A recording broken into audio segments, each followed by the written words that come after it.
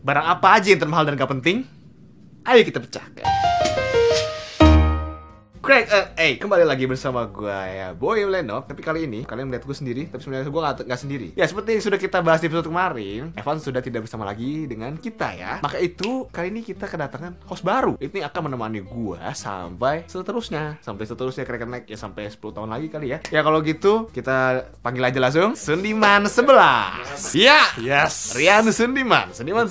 Ya Pak. Ya jadi ini selamat datang di Craig Selamat datang Pak. Mulai sekarang dia akan menjadi host juga kira-kira bersama gue ya. Jadi hari ini mau ngapain, mau bahas apa Pak? Atau nggak dikenalin dulu nih, ini siapa sih? Ya awalnya gue ada project si Boim ini ngajak project apa sih? Film Ya tugas. Film buat tugas terakhir dia kan. Awalnya gue bekerja sebagai apa? Talent. Ya. Talent. Oh apa di sini? Di sini ya. Oh kira dia join ke sini habis udah kerja project dia join ke gua sini. Di sini ini masih sebagai administratif. Pak. Administratif. Akhirnya kemarin kan Evan ya nggak bisa lanjut. Dan dia menunjuk saya sebagai host penggantinya. Terima kasih Bapak Boim. Ya semoga tidak berubah lagi ya formasinya. Ya, dan sih sudah final lagi. Harusnya. Namanya juga masih channel masih ya 2 tahun masih bisa terhitung baru ya. Jadi masih banyak pergantian dan perubahan. Tapi itu ya maklumi saja. Kalau kalian tetap suka sama channel kita tetap subscribe. Ya udah, kalau gitu kita langsung bahas aja masuk ke topik ya. Kita mau bahas apa nih hari ini? Kita bahas barang-barang yang nggak penting tapi mahal. Oke, biasanya kita punya barang yang mahal itu penting, berguna. Ya, bisa dipakai ya, kayak mobil gitu mahal, berguna, rumah berguna gitu. Tapi ada beberapa barang juga yang nggak berguna ternyata ya. Iya, di dunia itu banyak ya. Apa aja sih itu ya? Coba kita bahas nomor 1 nih. Ada apa Pak? Ada tisu yang dilapisi oleh emas. Belum pernah dengar kan sebelumnya? Oleh emas. Seorang ahli di Australia, dia bikin ahli apa ya? Ahli tisu di Australia, dia bikin tisu tapi dilapisin oleh emas. Gue baru tahu ada profesi ahli tisu. Ini bagaimana caranya Anda menjadi ahli seorang membuat tisu? Nah itu mungkin dia ada pembelajaran khusus gitu. Oh ada khususnya. Dia bikin tisu segala macam buat eksperimen. Akhirnya menjadi ahli yang bisa membuat tisu terbuat dari emas gitu ya. Tapi dia aneh sih menurut gue sih. Tapi ini bukan tisu itu penting. Tisu itu penting. Buat apa? Buat ngelap. Ngelap apa? Ingus segala macam. Nah kalau emas tuh kan sayang dong ya kalau kalau buat ini tisu yang buat ngelap terus dilapisin emas gitu. Jadi kan sayang gitu ya. Jadi 22 karat Pak. 22 karat. Harganya itu dibanderol dengan harga $1.380.000 US. Mahal juga ya. Kalau di Indonesiain sih 18 miliar doang. Itu bisa beli rumah sih tapi ya. Daripada beli tisu gitu. Nggak penting juga. Jadi akhirnya nggak penting kan. Tapi pasti orang-orang tuh beli itu tuh cuma buat kayak investasi. Bukan. Siapa yang mau beli tisu 18 Siapa tahu. Yang buat ini kayak buat hiasan atau apa, nggak mungkin lah buat dipakai. Biasanya 18 miliar rumahnya berapa harganya? 7M. bisa. Yang penting hiasannya mahal gitu kan. Bener. Asal jangan taruh di ruang tamu sih menurut gua sih. Iya jangan. Kamu masuk, Mbak pinjam Mbak. Shot. Iya. Mereka segulung kan belinya kan, nggak selembar kan. Nggak sebelah. Nggak selembar kan. Segulung kan. Iya juga sih. Oke langsung yang kedua ya. Charles Hollander memiliki satu set catur berlian murni gitu. Si Charles Hollander gue juga nggak tahu siapa dia sebenarnya. Jadi dia punya catur itu terbuat dari berlian hitam dan putih nih. Tapi nggak cuma pionnya doang, ininya papan caturnya itu juga terbuat dari berlian gitu. Jadi ini mahal sekali karena set catur ini terbuat dari berlian murni itu. Ya, terus satu set catur ini harganya berapa? Tebak? 20.000. Kayaknya yang kayu aja juga nggak dapet 20.000. Sekitar 1M lebih. Jadi harga itu $600.000 atau setara 7 miliar rupiah kalau dirupiahin. Lebih murah sih dari tisu. Tapi sih. katanya sini termasuk wajar ya karena ya semua bahannya terbuat dari berlian ya kan. Worth it kali. Worth it gitu katanya. Kalau nggak salah itu terbuat dari 320 berlian. Jadi catur ini terbuat dari 320 berlian kayak di kecil-kecilin gitu kali ya. Ini tuh cuma diproduksi sebanyak 7 set di dunia.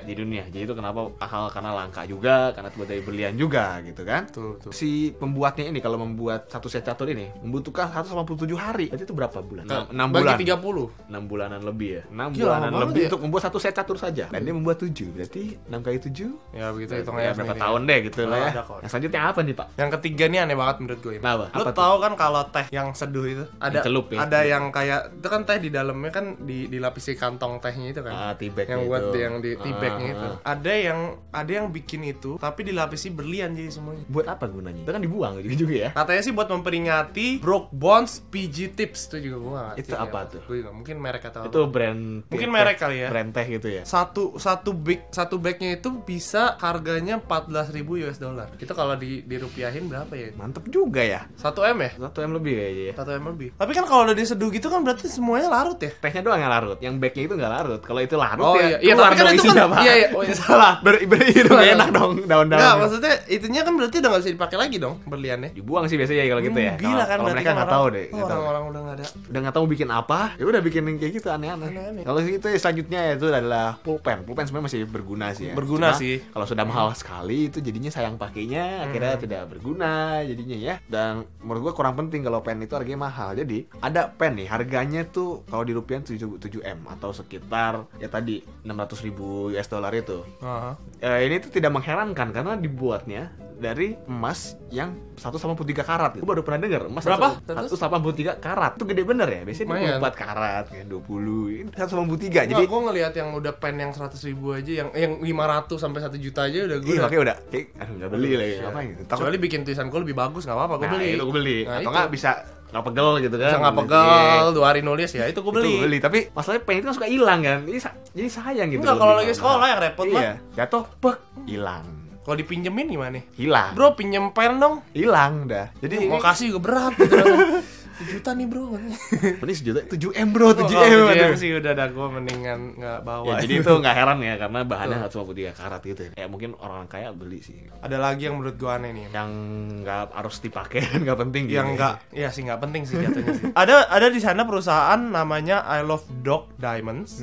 Dia bikin sebuah kolar yang kayak kalung gitu, tapi buat anjing kan. Buat jalan-jalan gitu kalau dicantelin gitu. Enggak, bukan yang buat dicantelin.